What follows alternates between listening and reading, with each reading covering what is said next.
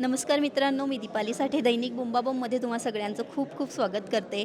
आजच म्हणजे 4 जानेवारी रोजी रणपती शिवराय स्वारी आग्रा या चित्रपटाची पहिली झलक आपल्या समोर आलेली आहे आणि या चित्रपटातील एक अभिनेते अभ्यंग कोवरेकर आज आपल्यासोबत आहे. सर, तुमचं दैनिक बुंबाबोममध्ये खूप खूप स्वागत आहे. नमस्कार. Thank you very much. सर, आत्तापर्यंत 5 पुष्प आलेली आहेत हो. आणि हे 6वं पुष्प आहे आणि सगळ्यांना खूप जास्त उत्सुकता लागली होती की नक्की या चित्रपटात काय असणार आहे. तर आम्हाला जाणून घ्यायला आवडेल की तुमची या चित्रपटातील भूमिका नक्की कशी आहे.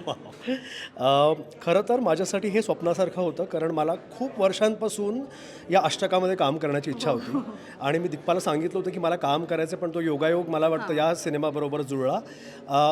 आत्ता मला जेवढं सांगण्याची परमिशन आहे, मगाशी तुम्ही पाहिलं मी त्याच्याकडे बघत होतो, तर त्याने असं असं केलं, तर मला जेवढं सांगण्याची परमिशन आहे मी तेवढंच सांगू शकेन.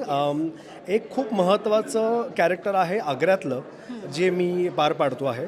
ते काय आहे ते थोडंसं सरप्राईज आहे, त्यामुळे त्याच्याविषयी मला पूर्णपणे सांगता येणार नाही, पण काहीच दिवसात सिनेमा थिएटरमध्ये येणार आहे. त्यामुळे मी प्रेक्षकांना विनंती करेन की सिनेमा हॉलमध्ये जाऊन पिक्चर बघा आणि मग कशी वाटली माझी भूमिका ते माझ्यापर्यंत नक्की पोहोचवा. याआधी तुम्ही गुलाबी या चित्रपटात देखील काम केलेलं आहे, त्याचं लेखन दिग्दर्शन केलेलं आहे. त्यानंतर आता रणपती शिवराय या चित्रपटात काम केलेलं आहे. तर या चित्रपटातील असा वेगळा अनुभव काय होता की जो अनुभव आठवल्यावर तुम्हाला हा चित्रपट आठवेल? खरं सांगायचं तर खूप रिफ्रेशिंग होतं, कारण माझी ही पहिली ऐतिहासिक फिल्म आहे आणि त्यामुळे खूप मजेदार असा एक्सपिरियन्स होता आणि अख्खा अनुभव मला वाटतं प्रोडक्शन वाईज ना ऐतिहासिक सिनेमांना प्रचंड अभ्यास असतो आणि मी पहिल्यांदाच ऐतिहासिक सिनेमाच्या सेटवर आलो होतो. त्यामुळे प्रत्येक छोटी छोटी गोष्ट की ह्याचं कानातलं कुठे आहे, हे पायातलं कुठे आहे, हे मागचं असं का दिसतंय, ते इतकं इम्पॉर्टंट असतं आणि संपूर्ण मला वाटतं दिग्पालची टीम ज्या काय मेहनतीने ते सगळं उभं करतात आणि ते इतकं सोपं करतात बेसिकली, कारण एवढे ॲक्टर्स फिल्ममध्ये आहेत, पण कुठेही आम्हाला असं वाटलं नाही की अरे बापरे किती ॲक्टर्स होत, आपली काय पळापळी होती. अत्यंत वेल प्लॅन्ड, अतिशय वेल शॉट, एक्झिक्युशन अप्रतिम. सो फारच अप्रतिम अनुभव होता. म्हणजे माझी अशी इच्छा आहे की पुढच्याही अष्टकातल्या सिनेमांमध्ये मी असावं. आणि नक्कीच मी आज सगळ्यांना सांगते की यांची इच्छा नक्कीच पूर्ण होईल धन्यवाद. 2026-27 मध्ये. Thank you very much. Digpal Lanjekar सरांसोबतचा अनुभव कसा होता पहिलाच चित्रपट करण्याचा? दिग्पालला मी गेले काही वर्ष ओळखतोय मित्र म्हणून आणि फारच कमालीचा दिग्दर्शक आहे तो. मला वाटतं की महाराजांच्या सिनेमांवरती आणि त्याच्याबद्दलच्या रिसर्चबद्दल त्याला कोणी चॅलेंजेस करू शकत नाही. अगदीच. त्याचं जे नॉलेज त्याच्याबद्दलचं ते इतकं गहन आहे, म्हणजे गप्पा मारताना सुद्धा तो एखादा काहीतरी किस्सा सांगतो आणि आपल्याला अगदी ऐकून आश्चर्य वाटतं की हे असं झालं होतं. एवढा त्याचा अभ्यास आहे त्याच्यातला.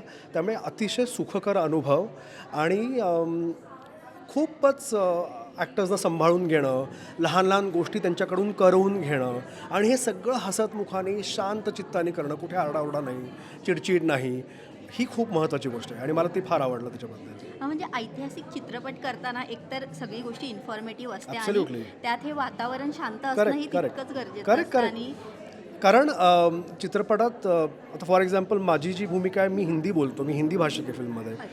कारण की आम्ही आग्र्याचे दाखवलेले आहोत. तर ज्या प्रकारचं हिंदी लिहिलं गेलं आहे, ज्या प्रकारचं उर्दू लिहिलं गेलेलं आहे, त्याला कोणी चॅलेंजेस करू शकत नाही. त्याचा तो अभ्यासच इतका उच्च लेवलचा आहे. म्हणजे माझं डायलॉग मी वाचवते, मला असं झालं होतं कुठली भाषा आहे ही? मला असं झालं होतं हे सगळं तू लिहिलंस? इतकं अवघड आणि इतकं परफेक्ट आहे ते. आणि मला वाटतं की एक दिग्दर्शक म्हणून तेच त्याचं यश आहे. Yes, thank you so much sir. Ranpati Shivrai Swari Agra या धन्यवाद. चित्रपटासाठी दैनिक बुंबाबोमच्या टीमकडून तुम्हाला खूप खूप शुभेच्छा. थँक्यू. धन्यवाद. Yes, thank you so much.